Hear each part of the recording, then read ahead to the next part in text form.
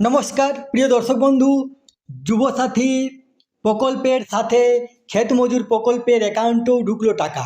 মানুষের মধ্যে একটা সন্দেহ ছিল যে যে টাকা এপ্রিল মাস থেকে দেওয়ার কথা, সেটা মমতা ব্যানার্জি হঠাৎ মার্চের প্রথম সপ্তাহেই বললেন যে আজ থেকে টাকা দেওয়া হবে। অনেকেই ভেবেছিলেন এটা যে শুধুমাত্র যুবসাথী প্রকল্পের জন্য, কিন্তু শুধু যুবসাথী নয়, ক্ষেত মজুর প্রকল্পের জন্যও মার্চের প্রথম সপ্তাহ থেকেই টাকার ঘোষণা করেছিলেন। আজকে আমরা দেখে নেব এই নিয়ে পত্রিকাতে কী লিখেছে। তার আগে আপনারা অবশ্যই আমার চ্যানেলটি সাবস্ক্রাইব করবেন এবং সবার আগে ভিডিও নোটিফিকেশন পাওয়ার জন্য সামনের যে বেল আইকন আছে সেখানে প্রেস করে নোটিফিকেশন অল করে রাখবেন এবং ভিডিওর সাথে লাইক কমেন্ট শেয়ার করবেন। তাহলে দেখুন এই নিয়ে পত্রিকাতে কী লিখেছি। ৩,০০০ ক্ষেত মজুরের অ্যাকাউন্টে ঢুকলো টাকা, বাকি অ্যাকাউন্টে ঢুকবে ধাপে ধাপে। কৃষক বন্ধু, শস্য বিমার মতো প্রকল্প এনে রাজ্য সরকার আগেই চাষিদের পাশে দাঁড়িয়েছে।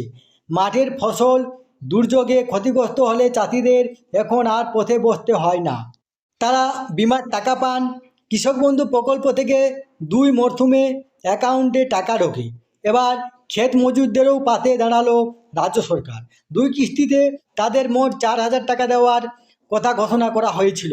সোমবার থেকে ক্ষেত মজুরদের অ্যাকাউন্টে টাকা ঢুকতে শুরু করেছে। 3,029 জনের অ্যাকাউন্টে প্রথম কিস্তির টাকা ঢুকেছে। ধাপে ধাপে প্রায় 4.5 লক্ষ ক্ষেত মজুরের অ্যাকাউন্টে টাকা ঢুকবে।